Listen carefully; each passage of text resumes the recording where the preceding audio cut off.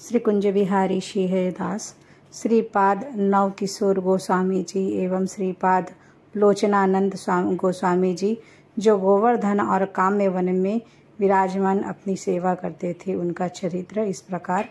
श्रीपाद नवकिशोर गोस्वामी जी और श्रीपाद लोचनानंद गोस्वामी जी ढाका के श्री श्री नित्यानंद परिवार के श्रीपाद लक्ष्मीकांत गोस्वामी प्रभु के पुत्र थे। वे श्री नवकिशोर गोस्वामी अपने ज्येष्ठ भ्राता श्री कृष्ण किशोर स्वामी गोस्वामी से दीक्षित थे और लोचनानंद गोस्वामी जी श्री नवकिशोर गोस्वामी जी से परस्पर गुरु शिष्य होते हुए भी दोनों प्रभु जैसे दो देह एक प्राण थे। दोनों षड्दर्शनाचार्य, वैराग्यवान और भजनानुरागी थे। दोनों कुमार अवस्था से संसार त्याग कर वृंदावन चले गए। वृंदावन के सिद्ध कृष्णदास बाबा के शरणागत होना चाहा। उन्हें अपना यथार्थ परिचय देते तो वे शिष्टाचार के नाते इन्हें अपना पूज्य जानकर इन पर कृपा न करते, इसलिए उनके निकट जा अपने को अति नीच कुल का बताते हुए उनकी कृपा की प्रार्थना की। सिद्ध बाबा ने इनके तेज गुण रूप और अनुराग से मुग्ध हो इनकी बात का विश्वास किया और इन्हें अपने आश्रम में रखकर भजन मुद्रा की शिक्षा देने लगे। श्रीपाद नवकिशोर गोस्वामी जी एवं श्रीपाद लोचनानंद गोस्वामी जी, सिद्ध बाबा तब बहुत वृद्ध हो चुके थे। उन्हें इनके जैसे दयालु सेवकों की बड़ी आवश्यकता थी। वे इनसे निसंकोच सेवा ग्रहण करने लगे। ये भी बड़े अनुराग से उनकी सब प्रकार की सेवा, उनके मलमूत्र आदि का परिष्कार तथा तब तक बड़े अनुराग से करने लगे। कुछ दिन बाद उनके कनिष्ठ भ्राता उनका पता लगाते लगाते गोवर्धन के सिद्ध बाबा के पास आए। तब सिद्ध बाबा उनका ठीक परिचय प्राप्त कर क्रोध से लाल हो बैठे। उस समय दोनों भाई मानस गंगा में स्नान करने गए हुए थे। लौटने पर देखा उनके छोटे भाई सिद्ध बाबा के पास बैठे हैं।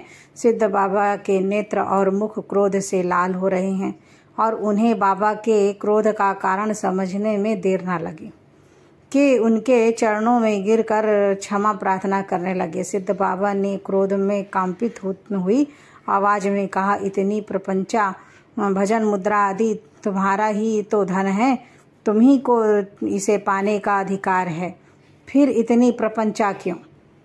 वे बोले, प्रभु हम अन्य जन्म के अपराधी हैं, इसलिए उच्च कुल में हमारा जन्म हुआ है।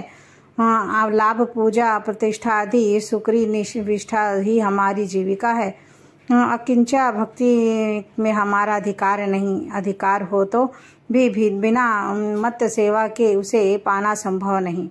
इसलिए हमें प्रपंचा की परम वैष्णव और परम दयालु हैं।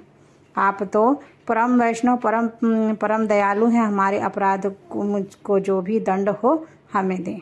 इससे सिद्ध बाबा भीतर ही भीतर प्रसन्न हुए और पर बाहर से क्रोध दिखाते हुए बोले, तुम्हारा दंड यह है कि तुम दोनों हाथ से अपने चरण धोकर चरणामृत मेरे आगे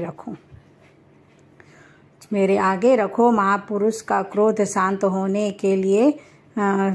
करने के लिए उन्होंने अपना अनिष्ठा पूर्वक यह करना पड़ा और सिद्ध बाबा ने चरणामृत ग्रहण किया और प्रसन्न होकर बोले, कृष्ण बड़े कृपालु हैं, जो तुम्हारे जैसे महत पुरुषों का संग मुझे दिया है और अब और प्रपंचा ना करना।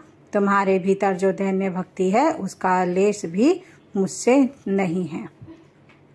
तुम लोग यहाँ रहकर स्वच्छंदता से भजन करो, मैं धन्य होऊंगा। वे बोले, प्रभु अब हमारा एक मुहूर्त भी यहाँ रहना सही नहीं रहेगा। तीनों भाई सिद्ध बाबा से विदा लेकर काम्यवन के पश्चिम पशुप नामक निर्जन ग्राम में रहकर भजन करने लगे। कभी कभी वे काम्यवन के सिद्ध श्री जय कृष्णदास बाबा के पास भी जाते थे। इन्हीं के नित्य सेवित विग्रह श्री श्री राधा मदन मोहन आपकी इच्छा से श्री जय कृष्णदास बाबा के पास रह गए थे। जैसा श्री जय कृष्णदास बाबा के चरित्र में पहले उल्लेख किया गया है कि पशुपवन में कनिष्ठ भ्राता का शरीर छूट गया। कुछ दिन पश्चात संवाद मिला कि उनमें उनके वंशा का कोई भी नहीं रहा और डाका के ठाकुर सेवा नहीं चल पा रही है, इसलिए उन्हें बाध्य होकर डाका आना पड़ा। डाका में ठाकुर ने स्वप्न देश किया और चट्टग्राम के जिले के हाट हजारी गाना के अंतर्गत फरदाबाद के ग्राम में एक श्री नाथवंशी भक्त जमींदार हैं। उनके वंश का शीघ्र लोप हो जाएगा, मुझे वहाँ शीघ्र ले चलो। उनकी जमींदारी की आय से मेरी सेवा का निर्वाह हुआ करेगा। बोलो जय जय श्री राधे, जय जय श्री